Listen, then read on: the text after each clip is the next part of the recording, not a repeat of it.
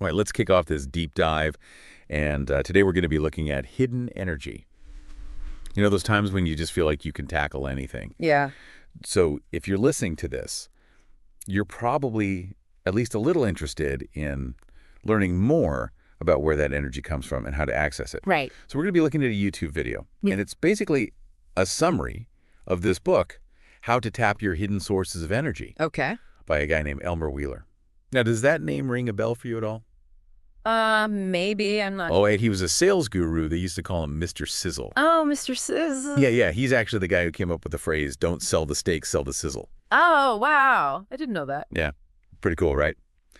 But what's really fascinating is what a sales expert can teach us about energy. Yeah, that's a good question. What does that even mean? Well, that's what we're here to find out, right? Yeah.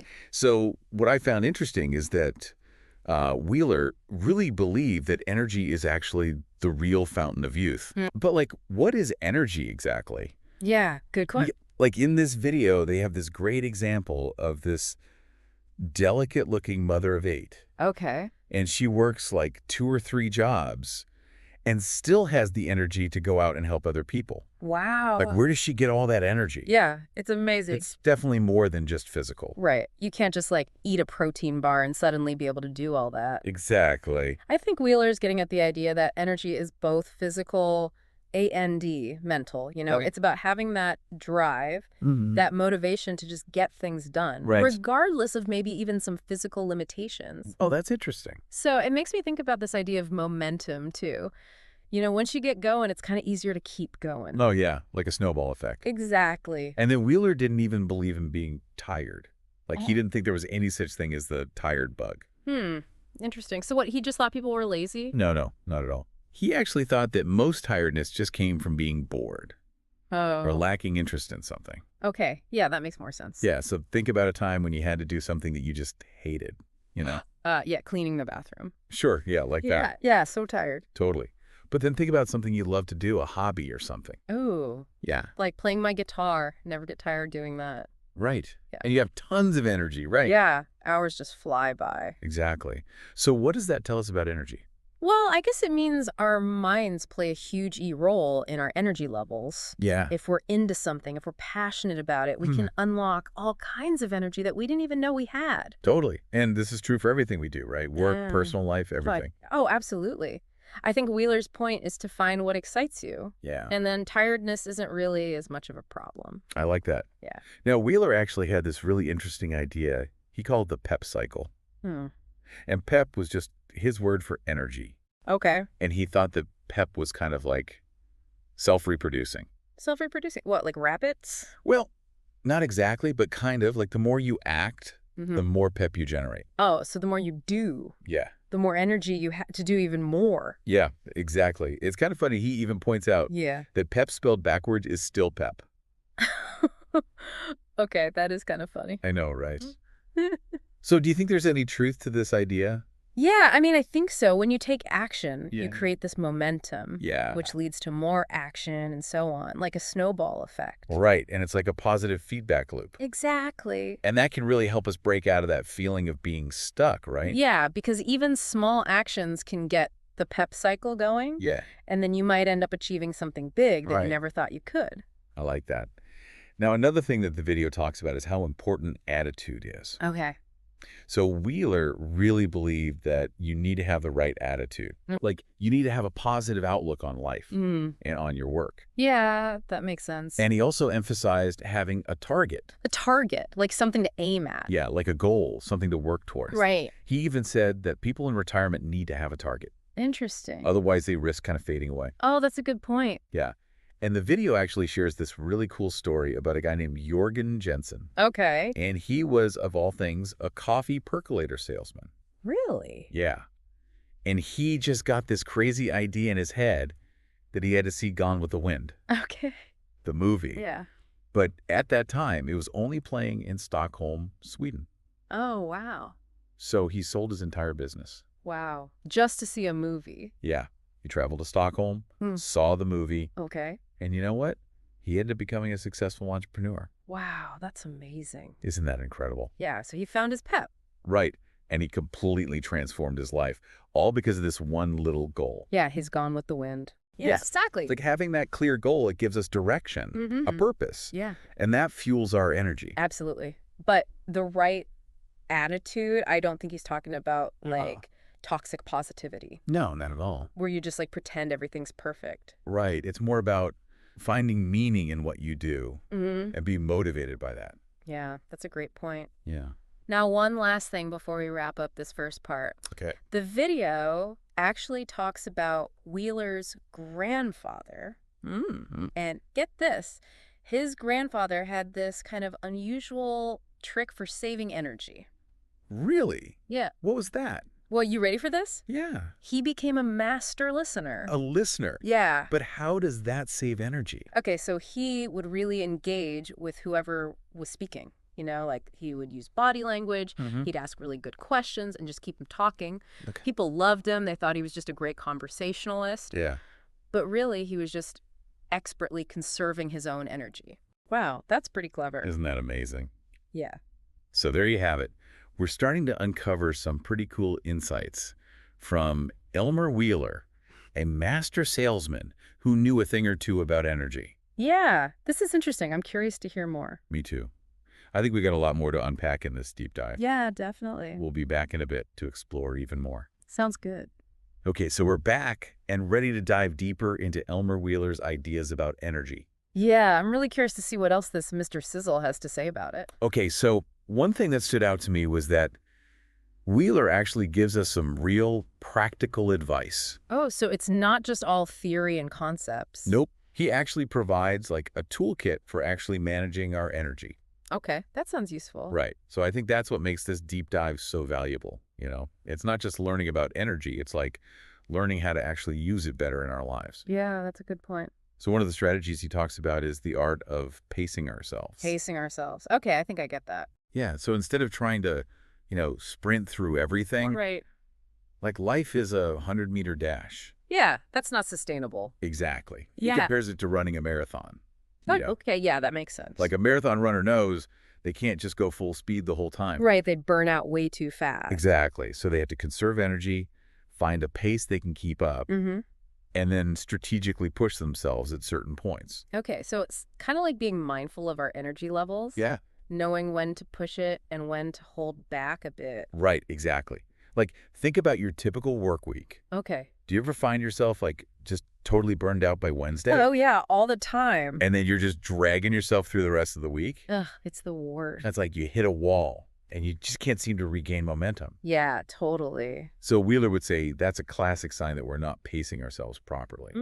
So he suggests that we rethink how we use our energy throughout the week. So, like, maybe spreading things out more evenly. Yeah, maybe front-loading certain tasks or strategically planning breaks. Oh, okay, that makes sense. So instead of trying to power through everything at once, Yeah. we're just more deliberate about how we use our energy. Right, more intentional. Yeah, exactly.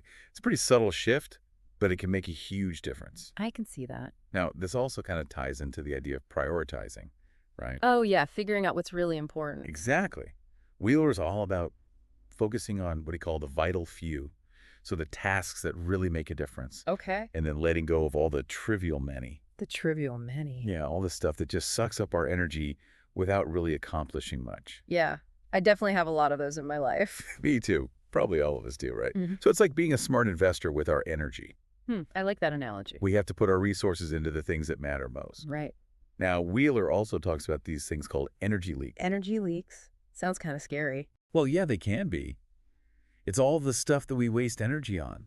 Like what? Worrying, procrastinating, dwelling on past mistakes. Oh, yeah. All those negative thought patterns that just seem to drain us.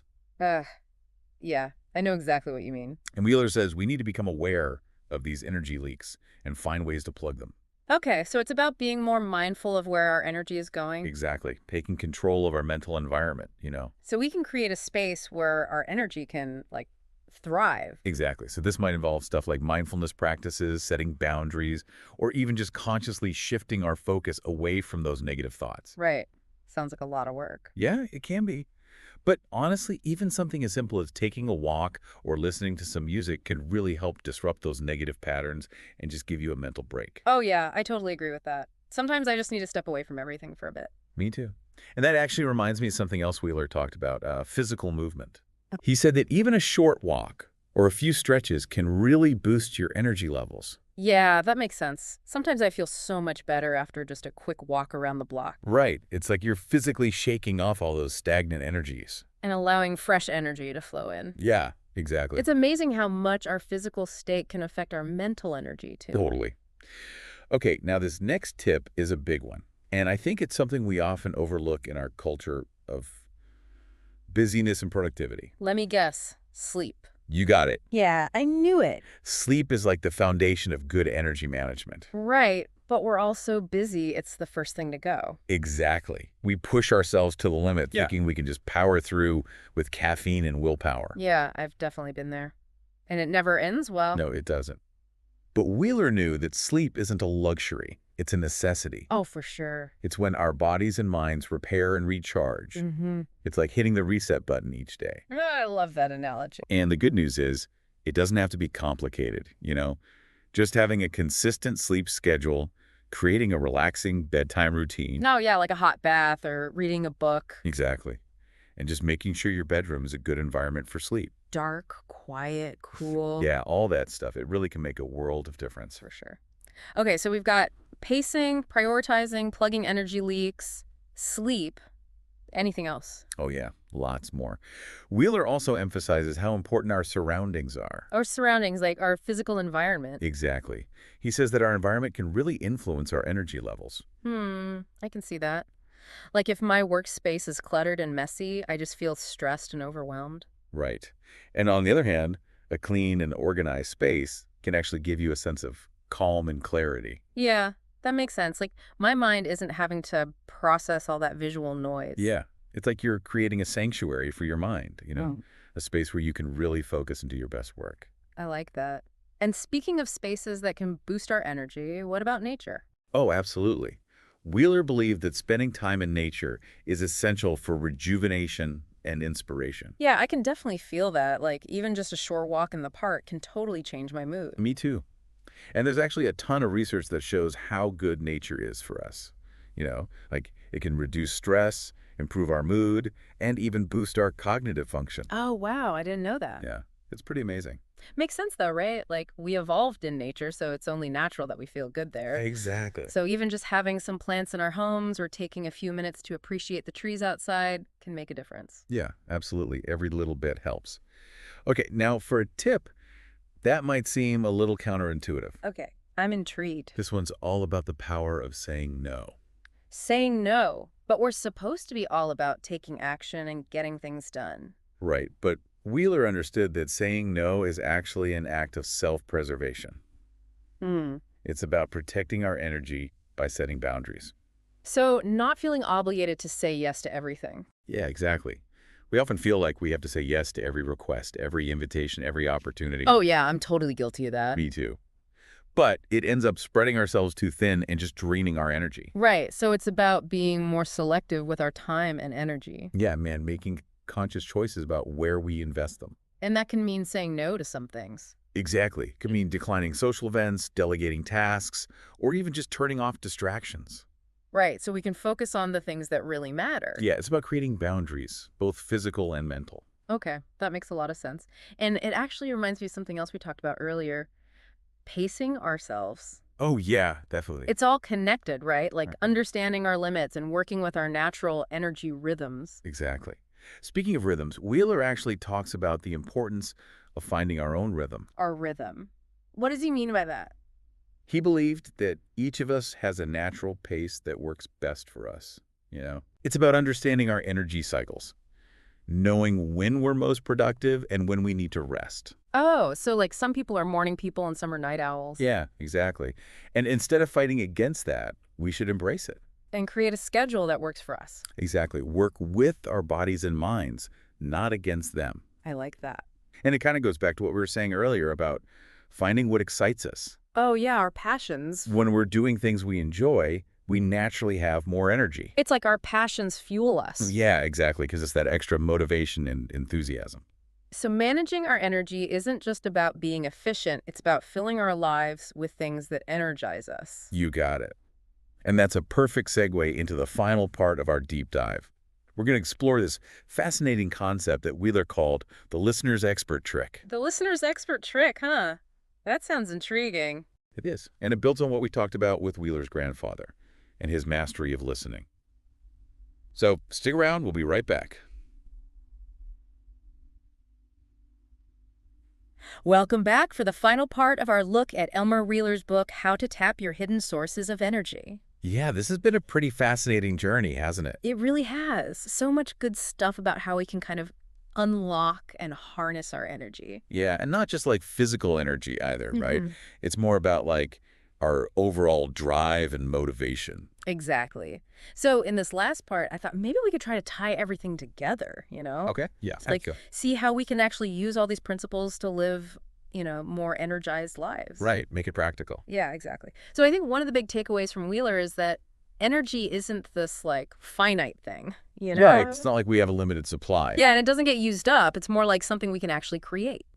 Oh, okay. I like that. Yeah, and we can grow it and expand it through the choices we make. So we're not just stuck with whatever energy level we happen to have. Right, it's more about being proactive Okay. instead of just like waiting around for inspiration to hit us. So, like, taking action. Exactly. And that reminds me of the pep cycle we talked about. Oh, yeah. Act more, get more pep. Yeah. And it really is like a fire, you know? The more we feed it, the stronger it gets. I like that analogy. Yeah.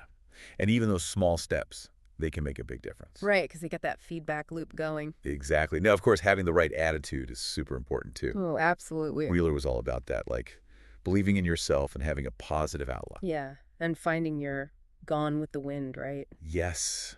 Remember that story about Jorgen Jensen, the guy who sold everything to see that movie? Oh, yeah. Wow, that was pretty inspiring. It really was. And it just shows how powerful a clear goal can be. It gives you direction, Mm-hmm. purpose, motivation. Like your fuel. Yeah. And it doesn't have to be something huge or life-changing either, right? Just anything that gets you excited. Any goal that gives you that extra little push. It makes you want to jump out of bed in the morning. Exactly. Now, we also talked about how our minds and emotions play a big role in our energy levels, right? Right, like all those energy leaks. Yeah, exactly. Worrying, negativity, all that stuff just drains us. So you need to plug those leaks, huh? Yeah, as much as we can. And remember, Wheeler's grandfather had that interesting trick. Oh, yeah. The master listener. By really focusing on others and listening to them, he was able to conserve his own energy. It's like he was drawing energy from the conversation, but without having to do all the talking. Yeah, exactly. Yeah. And it just goes to show how powerful listening can be. It's a skill we could all probably get better at. For sure. Now, what about pacing ourselves? That was another big one, right? Oh, yeah, the marathon analogy. Learning to prioritize the vital few tasks and let go of all the trivial many. It's tough, though, right? There's always so much to do. It is. But I think it comes down to being really intentional with our time and energy. Choosing what we focus on. Exactly. Mm. Okay, and then there's sleep, which is so crucial. Oh, yeah, the foundation of everything. I know I keep saying it, but we really do underestimate the power of a good night's sleep. Hitting that reset button. Exactly. And then our environment. We talked about how creating a clean, organized workspace can make such a difference. Yeah, it frees up mental space. And don't forget about nature. Spending time outdoors is so good for us. It's like a natural energy boost. It really is. And then the power of saying no, setting boundaries to protect our energy. Oh, yeah, that's a hard one. It is, but so important. And lastly, finding our own rhythm, you know? Working with our natural energy cycles. Exactly. So I think what Wheeler's really trying to say is that we're not just like passive recipients of energy. We're just sitting around waiting for it to show up. Right? We actually have the power to create it. I like that. It's a choice we make every single moment. So it's really empowering in a way. It is. It means we have more control than we think. And we can use these strategies to kind of unlock that hidden potential. Exactly. So as we wrap up this deep dive, I'd love for you to think about what really resonated with you today. What stood out the most? Yeah, and what one thing you might want to try, experiment with in your own life. So like a little challenge for our listeners. Yeah.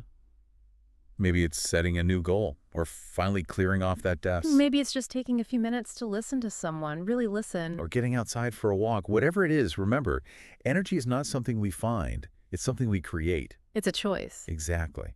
So thank you so much for joining us on this journey. It's been a pleasure. And until next time, keep exploring, keep learning, and keep that energy flowing.